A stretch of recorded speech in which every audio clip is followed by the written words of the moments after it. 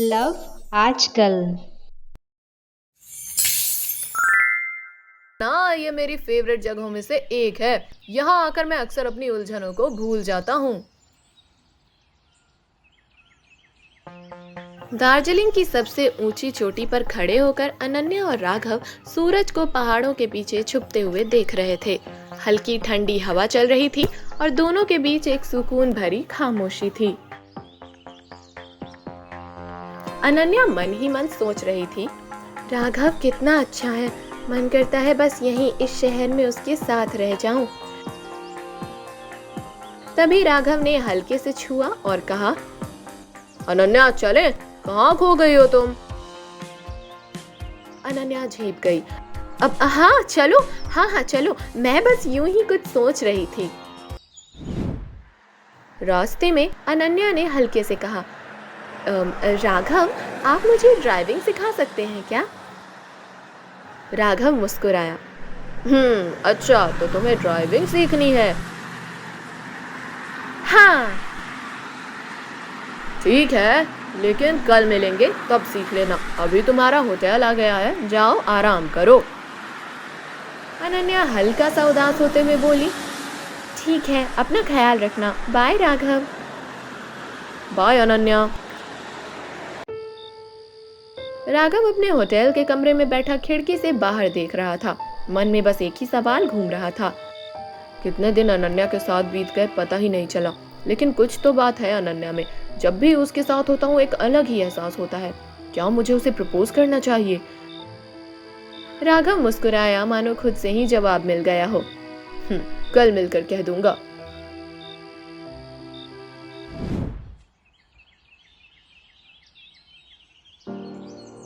अगली सुबह कोलकाता में अनन्या की माँ का घर। माँ,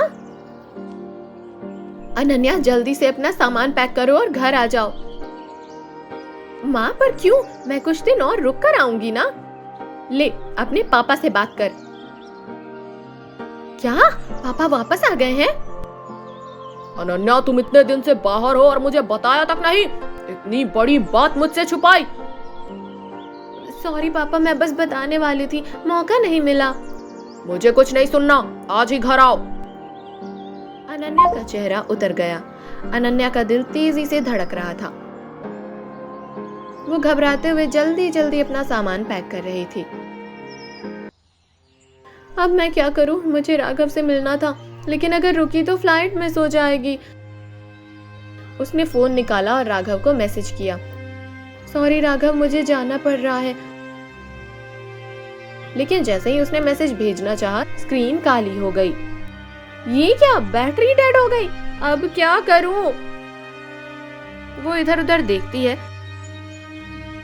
फिर उसे एक ख्याल आया। उसने जल्दी से एक कागज निकाला और कांपते हाथों से एक पत्र लिखा, राघव, मुझे अचानक घर जाना पड़ रहा है। तुमसे मिले बिना जा रही हूँ, इसका बहुत अफसोस होगा। शायद मैं फिर लौटूंगी या शायद नहीं, लेकिन कुछ दिनों में जो रिश्ता बना वो हमेशा मेरे दिल में रहेगा। अगर हम फिर कभी मिले तो शायद मैं तुम्हें वो सब कह सकूं जो अब नहीं कह पा रही। ख्याल रखना, अनन्या।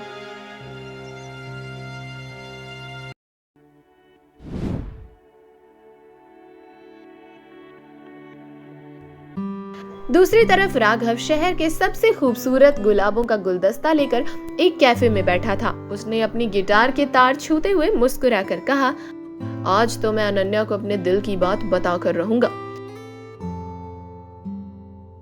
वो गिटार बजाने लगा। उसकी धुन से कैफे के लोग भी मंत्रमुग्ध हो गए। उसकी आंखें बस दरवाजे पर टिकी थी, अनन्या का इंतजार कर रही थी। समय बीतता रहा, सूरज ढल गया। कैफे में भीड़ कम होने लगी, लेकिन अनन्या नहीं आई। सर, यह आपके लिए एक चिट्ठी है। राघव ने चौंक कर चिट्ठी ली और जल्दी से पढ़ने लगा। हर शब्द के साथ उसके चेहरे की मुस्कान फीकी पड़ने लगी। क्या अनन्या, तुम चली गई? ओ माय गॉड, मुझे तुमसे बात करनी थी और तुम बिना मिले चली गई। उसने चिट्ठी को कसकर पकड़ लिया। उसकी आंखों में हल्की नमी थी।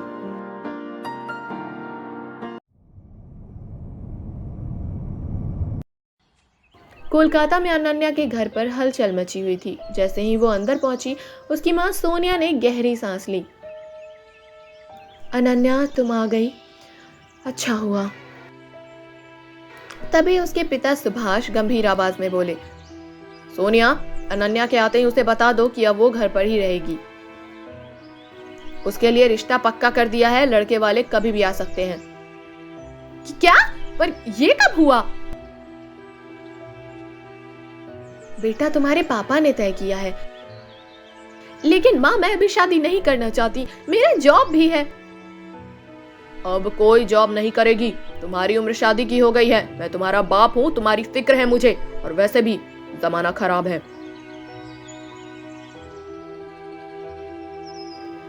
अब तुम खुद अपने पापा से बात करो। अनन्या सदमे में थी। वो कमरे में जाकर चुपचाप बैठ गई। उसके दिमाग में बस एक ही बात गूंज रही थी, राघव, अगर मैं दार्जिलिंग में रुक जाती तो क्या मेरी जिंदगी कुछ और होती?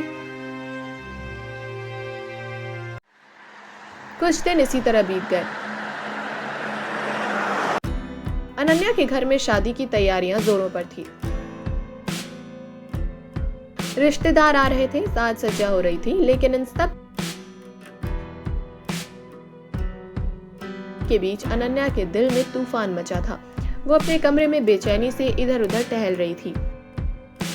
उसकी आंखों में गहरी उलझन थी। क्या करूं?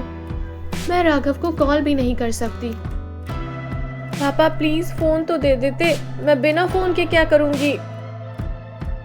उसने खिड़की से बाहर देखा, जैसे कोई उम्मीद की किरण तलाश रही हो, लेकिन कुछ नहीं। दार्जिलिंग में राघव का दिल बेचैन था। वो अनन्या से बात किए बिना एक एक दिन गिन रहा था। उसका मोबाइल अब भी स्विच ऑफ था। अनन्या, तुम कहाँ हो? कितने दिन हो गए तुमसे बात किए और तुम्हारा फोन भी बंद है। वो कुर्सी पर बैठा, हाथ में गिटार पकड़े, उसकी धुनों में खोने की कोशिश कर रहा था, लेकिन सुर बिखर रहे थे। क्या करूं?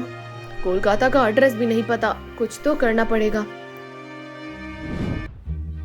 घर में चहल पहल थी। हर कोई मेहमानों के आने की तैयारियों में व्यस्त था। तभी अनन्या की माँ सोनिया रसोई से आवाज लगाती है, अनन्या, कहाँ हो? जल्दी आओ, मेरी मदद करो जरा।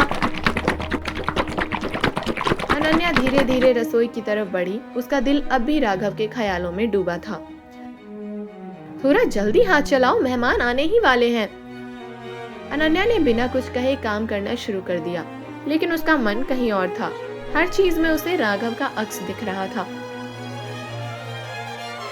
आगे क्या होने वाला है, ये जानने के लिए देखना मत भूलना हमारा अगला भाग। अगर आपने हमारे चैनल को सब्सक्राइब नहीं किया है तो सब्सक्राइब कर लीजिए और बेल आइकन दबा दीजिए। मिलते हैं फिर से नए पार्ट के साथ। तब तक के लिए नमस्ते। See you soon.